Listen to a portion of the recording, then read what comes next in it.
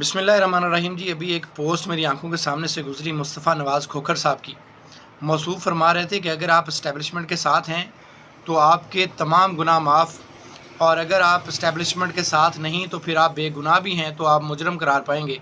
यही इस मुल्क का असूल है। तो ठीक है जी, आपकी बात को हम मान लेते हैं। अगर यही असूल है तो फिर यही असूल तो आपकी पार्टी का भी, खान साहब का भी यही असूल है कि जो बंदा खान साहब के साथ है वो दूध का धुला हुआ है, और जो बंदा दूसरे पार्टियों के साथ है वो चोर भी है, वो डाकू भी है, वो गद्दार भी है। आप तो उसको जो है वो इंसान भी नहीं रहने देते।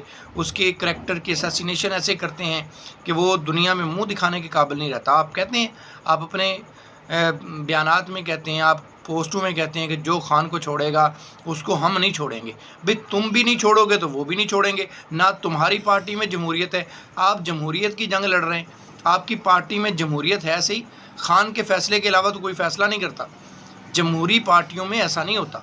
जमहूरी पार्टियों में कोर कमेटी होती है, इजलास होता है, मीटिंग होती है, फिर मुतफिका फैसले होते हैं, उसको कहा जाता है जमहूरियत। ना आपकी पार्टी में जमहूरियत है।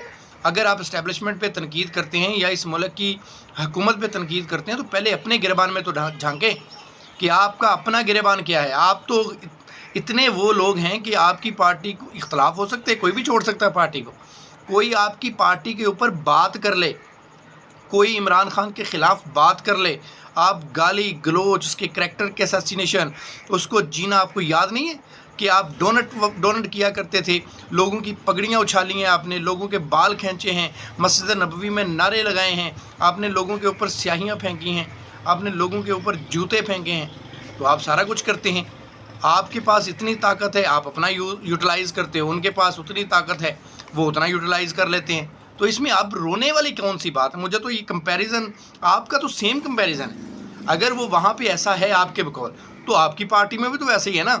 अगर आप वहाँ पे तनकीद करते हैं तो यहाँ पे भी तनकीद करें। यहाँ पे तनकीद करते हुए आप लोगों को डैश डैश पड़ जाती है। पाकिस्तान जिंदाबाद।